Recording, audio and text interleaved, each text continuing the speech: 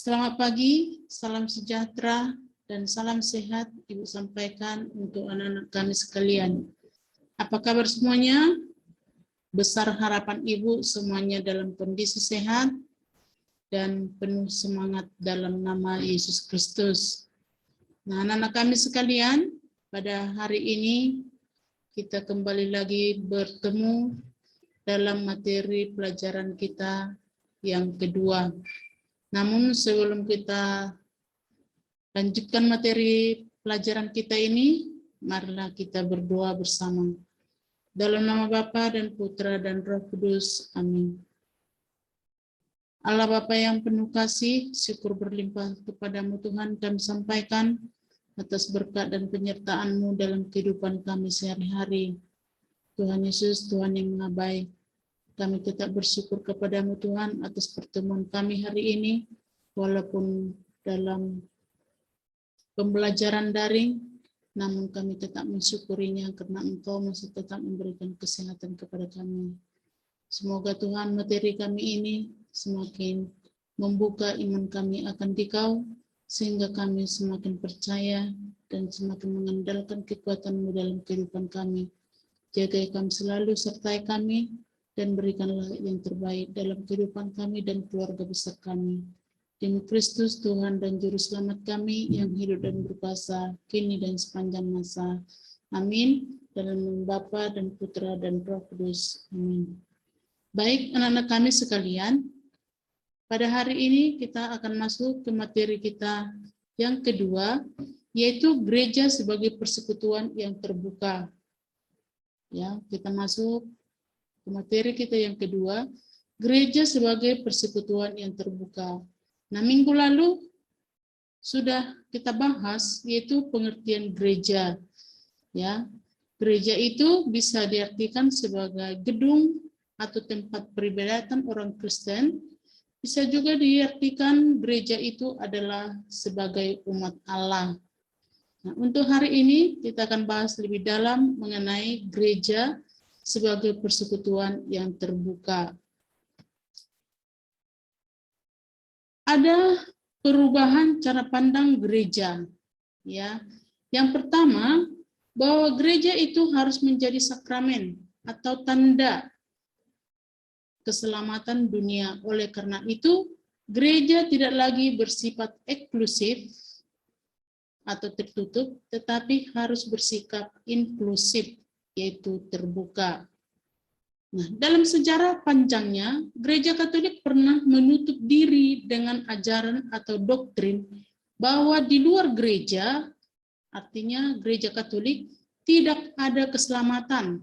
Ya, di luar gereja Katolik tidak ada keselamatan, atau sering disebut ini dengan extra ecclesiam nulla salus. Ya, extra ecclesiam nulla salus. Nah, ajaran ini membuat gereja, yang dimaksud gereja di sini adalah gereja Katolik, menutup pintu dialog dengan agama dan kepercayaan serta masyarakat lain pada umumnya. Nah, ini cara pandang gereja sebelum Konsili Vatikan kedua, yaitu bahwa di luar gereja Katolik tidak ada keselamatan, sehingga menutup pintu dialog dengan agama dan kepercayaan serta masyarakat lain pada umumnya. Nah, tetapi cara pandang setelah Konsili Vatikan kedua ini terjadi tahun 1962 sampai 1965, bahwa gereja Katolik itu membuka pintu-pintu dialog antara agama dan kebudayaan untuk membangun dunia sesuai dengan kehendak Tuhan. Ya, inilah sejarah atau perubahan cara pandang gereja. Ya, yang jelas bahwa gereja itu harus menjadi sakramen. Sakramen yaitu berupa tanda keselamatan bagi umat manusia. Nah, model gereja sebelum dan sesudah Konsili Vatikan kedua. Ya, model gereja sebelum dan sesudah Konsili Vatikan kedua. Yang pertama, ini sebelum Konsili Vatikan kedua, bahwa gereja yang institusional dan hierarkis, piramidal, atau terjadi ini sebelum Konsili Vatikan kedua sangat menonjol dalam hal yang pertama, organisasi dan struktur gerejanya. Kemudian kepemimpinan tertahbis atau hierarki, hukum dan peraturan-peraturan, sikap triumfalistik atau memegahkan diri dan tertutup. Nah, inilah gereja yang disebut dengan institusional dan hierarkis piramidal. Ini yang ditonjolkan, ada 4. Organisasi dan struktur gerejanya, kepemimpinan tertahbisnya, kemudian hukum dan peraturan-peraturan, yang keempat sikap triumfalistik atau memegahkan diri dan tertutup. Nah, ini model gereja yang pertama. Bagaimana ciri-cirinya? Ciri-ciri gereja institusional dan hierarkis piramidal itu. Yang pertama, para hierarki itu paus, uskup, dan para tabisan menguasai umat. Ya, mereka menguasai umat. Kemudian yang kedua, organisasi terstruktur piramidal dan tertata rapi. Yang ketiga, memiliki kuasa untuk menentukan segala sesuatu bagi seluruh gereja, sedangkan umat hanya mengikuti saja dan hasil keputusan berada di tangan hierarki. Ya, jadi yang berperan aktif di sini adalah para hierarki itu, yaitu paus, uskup, dan para tabisan, sedangkan umat tidak memiliki peran dalam pelaksanaan kegiatan gereja. Inilah yang disebut dengan gereja institusional dan hierarkis piramidal. Ini terjadi sebelum Konsili Vatikan kedua. Nah, sebaliknya, setelah Konsili Vatikan kedua, gereja itu menjadi persekutuan umat. Ya, model yang kedua bahwa gereja itu sebagai persekutuan umat, ini lebih menampakkan kepada persaudaraan antara umat. Ya, setelah Konsili Vatikan kedua, model gereja itu adalah sebagai persekutuan umat. Ini lebih menampakkan pada persaudaraan antara umat. Kemudian keterlibatan semua anggota umat dalam hidup menggereja, baik sebagai hierarki, biaran berawati, maupun umat atau awam. Yang ketiga, peranan hati nurani dan tanggung jawab setiap anggota umat. Semangat kemiskinan, kesederhanaan, dan sikap terbuka berdialog dengan kalangan mana saja. Nah, ini yang ditonjolkan setelah Konsili Vatikan kedua, yaitu gereja sebagai persekutuan umat. Nah, lalu yang mau kita bahas di materi kita ini yaitu keanggotaan dalam gereja sebagai persekutuan umat. Ya, gereja sebagai persekutuan umat Allah untuk membangun kerajaan Allah di bumi ini. Semua anggota memiliki martabat yang sama, namun berbeda dari segi fungsinya. Yang pertama adalah golongan hierarki. Apa itu hierarki? Hierarki itu adalah orang-orang yang ditahbiskan untuk tugas kegembalaan. Mereka menjadi pemimpin dan pemersatu umat sebagai tanda efektif yang nyata dari otoritas Kristus sebagai kepala umat. Tugas-tugas mereka adalah yang pertama, hierarki itu menjalankan tugas kepemimpinan dalam komunikasi iman. Hierarki mempersatukan umat dalam iman tidak hanya dengan petunjuk, nasihat, dan keteladanan, tetapi juga dengan kewibawaan dan kekuasaan kudus. Tugasnya yang kedua, yaitu menjalankan tugas-tugas gerejani seperti merayakan sakramen, mewartakan sabda Allah, dan sebagainya. Nah, itulah tugas hierarki. Nah, tadi sudah dijelaskan apa itu hierarki dan apa tugasnya. Kemudian, keanggotaan dalam gereja sebagai persekutuan umat yang kedua adalah biarawan-biarawati. Apa itu biarawan-biarawati? Biarawan-biarawati, seorang biarawan-biarawati adalah anggota umat yang dengan mengucapkan kaul kemiskinan, ketaatan, dan keperawanan ingin selalu bersatu dengan Kristus dan menerima pola nasib hidup Yesus Kristus secara radikal, dan dengan demikian mereka menjadi tanda nyata dari hidup dalam kerajaan Allah kelak. Kaul-kaul adalah sesuatu yang khas dalam kehidupan membiara. Dengan menghayati kaul-kaul kebiaraan itu, para biarawan-biarawati menjadi tanda yang pertama yang mengingatkan kita bahwa kekayaan, kekuasaan, dan hidup keluarga walaupun sangat bernilai tetapi tidak absolut dan abadi, maka kita tidak boleh mendewa-dewakannya. Yang kedua, mengarahkan kita kepada kerajaan Allah dalam kepenuhannya kelak. Nah, itulah biarawan-biarawati. Kemudian keanggotaan dalam gereja sebagai persekutuan yang ketiga adalah kaum awam. Nah, kaum awam itu siapa? Ya kita-kita ini, Ibu Samosir, anak-anak kami sekalian, itu adalah kaum awam. Orang tua kita juga kaum awam. Apa itu kaum awam? Kaum awam adalah semua orang beriman Kristen yang tidak termasuk dalam golongan tertahbis dan biarawan-biarawati. Jadi ada golongan tertahbis yaitu paus, uskup, pastor. Nah, sedangkan biarawan-biarawati yaitu para suster, frater. Nah, sedangkan kaum awam itu adalah kita semua yang tidak termasuk dalam golongan itu. Mereka adalah orang-orang yang dengan pembaptisan menjadi anggota gereja dan dengan caranya sendiri mengambil bagian dalam tugas Kristus sebagai imam, nabi, dan raja. Bagi kaum awam, ciri keduniaan adalah khas dan khusus. Mereka mengemban kerasulan dalam tata dunia, baik dalam keluarga maupun dalam masyarakat, entah sebagai ayah ibu, sebagai petani, pedagang, camat, polisi, dan sebagainya. Lalu, di materi ini juga kita akan membahas gereja sebagai persekutuan umat dalam terang kitab suci. Nah, ini bisa kita lihat di kitab Perjanjian Baru, yaitu Kisah Para Rasul 4, ayat 32 sampai 37. Ini berbicara tentang cara hidup jemaat perdana. Nah, jemaat perdana itu adalah para rasul.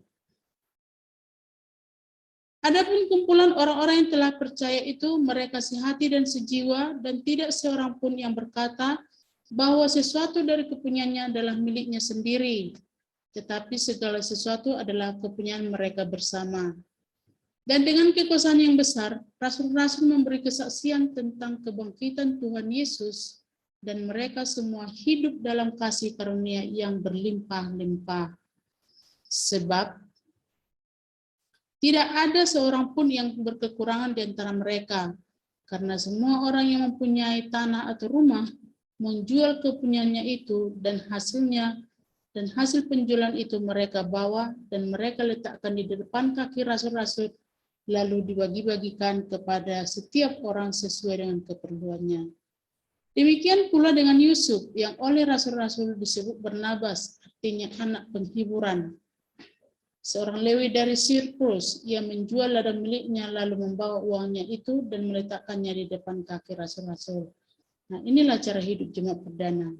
Ya, mereka satu sejiwa, kemudian kepunyaan pribadi menjadi kepunyaan bersama, selalu berdua tiap-tiap hari. Nah, itulah cara hidup jemaat perdana yang ingin kita hidupi dalam kehidupan kita sehari-hari. Santo Lukas dalam kutipan kitab suci Kisah Para Rasul 4 ayat 32 sampai 37 di atas mau memberikan gambaran yang ideal terhadap komunitas atau persekutuan jemaat perdana. Cara hidup jemaat perdana berupa kebersamaan dan menganggap semua adalah milik bersama, mengungkapkan persahabatan yang ideal pada waktu itu. Yang pokok adalah bahwa semua anggota jemaat dicukupi kebutuhan dan tidak seorang pun menyimpan kekayaan bagi dirinya sendiri, sementara yang lain berkekurangan.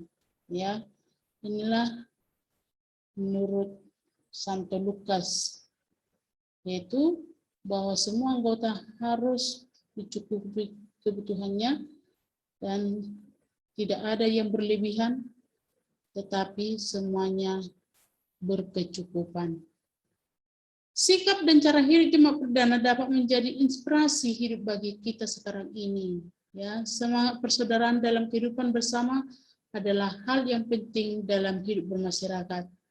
Kebersamaan kita dalam hidup menggereja tidak boleh terbatas pada hal-hal rohani seperti doa, perayaan ibadat, kegiatan-kegiatan pembinaan iman, tetapi juga harus menyentuh kehidupan sosial, ekonomi, politik, dan budaya. Nah, artinya anak-anak kami sekalian, apalagi dalam situasi kondisi negara kita saat ini, yaitu di mana negara kita dilanda oleh virus COVID-19, jadi kita diharapkan di sini saling toleransi, saling mau berbagi, nah supaya semuanya berkecukupan seperti yang dilakukan oleh para jemaat perdana. Dan itu yang mau disampaikan kepada kita dari cara hidup gereja perdana ini. Kemudian di materi ini juga kita akan membahas gereja sebagai persekutuan umat yang bersifat terbuka. Gereja hadir di dunia ini bukan untuk dirinya sendiri, melainkan untuk dunia. Kegembiraan dan harapan, duka dan kecemasan orang-orang zaman sekarang, terutama kaum miskin dan siapa saja yang menderita, merupakan kegembiraan dan harapan, duka dan kecemasan dari murid-murid Yesus atau gereja. Singkatnya, gereja hendaknya menjadi sakramen keselamatan bagi manusia. Beberapa cara yang dilakukan gereja untuk menunjukkan keterbukaannya. Yang pertama, gereja selalu siap untuk berdialog dengan agama dan budaya mana saja untuk saling mengenal, menghargai, dan memperkaya. Yang kedua, gereja membangun kerjasama dengan para pengikut agama-agama lain demi membangun hidup manusia dan peningkatan martabat manusia. Yang ketiga, berpartisipasi secara aktif dan bekerja sama dengan siapa saja dalam membangun masyarakat yang adil, damai, dan sejahtera. Nah, anak-anak kami sekalian, cukup sampai di sini materi kita pada hari ini. Semoga materi kita yang singkat ini, pembahasan kita yang singkat ini, anak-anak kami sekalian bisa memahaminya dan bisa mengambil kesimpulan dengan meringkas materi kita ini. Silakan kamu tuliskan apa-apa saja yang penting menurut kamu dan tuliskan di buku catatanmu. Semoga pertemuan kita ini semakin menambah iman, wawasan, dan pengetahuan anak-anak kami sekalian, sehingga semakin memahami dan bisa kita lakukan dalam kehidupan kita sehari-hari. Selamat bertemu untuk pertemuan berikutnya. Dan tetap Ibu ingatkan untuk anak-anak kami sekalian, tetap menjaga kesehatan, patuhi protokol kesehatan, dan tetap berdoa kepada Tuhan. Semoga wabah virus corona ini cepat musnah, cepat berakhir dari dunia ini, khususnya dari negara kita, negara Indonesia, supaya kita bisa beraktivitas kembali seperti tahun-tahun sebelumnya, belajar secara tatap muka, sehingga semakin maksimal dan semakin memberikan hasil yang memuaskan. Baik, sebelum kita tutup, marilah kita berdoa dalam nama Bapa dan Putra dan Roh Kudus. Amin. Tuhan yang baik, yang penuh kasih, terima kasih Tuhan karena Engkau hadir bersama kami dalam pembahasan materi kami pada hari ini. Semoga Tuhan kami semua menjadi gereja-gereja yang semakin mengandalkan kekuatan-Mu dalam kehidupan kami sehari-hari. Bantu kami Tuhan untuk memahami dan menambah iman kami akan Dikau, sehingga kami semakin mengandalkan kekuatan-Mu, kebesaran-Mu dalam perjalanan hidup kami. Tuhan Yesus, Tuhan yang Maha Baik, kami mohon Tuhan, semoga Engkau memusnahkan virus corona dari muka bumi ini, terutama dari negara kami, negara Indonesia, supaya kami Tuhan bisa untuk melakukan pembelajaran kami secara tatap muka. Semoga orang-orang yang terpapar Tuhan, Engkau berikan kesembuhan, dan yang sudah kupanggil mereka terima di sisi kanan-Mu. Jagai kami selalu Tuhan, sertai kami, jauhkan kami dari virus ini, tetaplah lindungi kami dengan kasih karunia-Mu. Terpujilah nama-Mu Tuhan Yesus, kini dan sepanjang segala masa. Amin. Dalam nama Bapa dan Putra dan Roh Kudus. Amin. Selamat siang anak-anak kami sekalian. Sampai jumpa. Tuhan Yesus memberkati. Salam.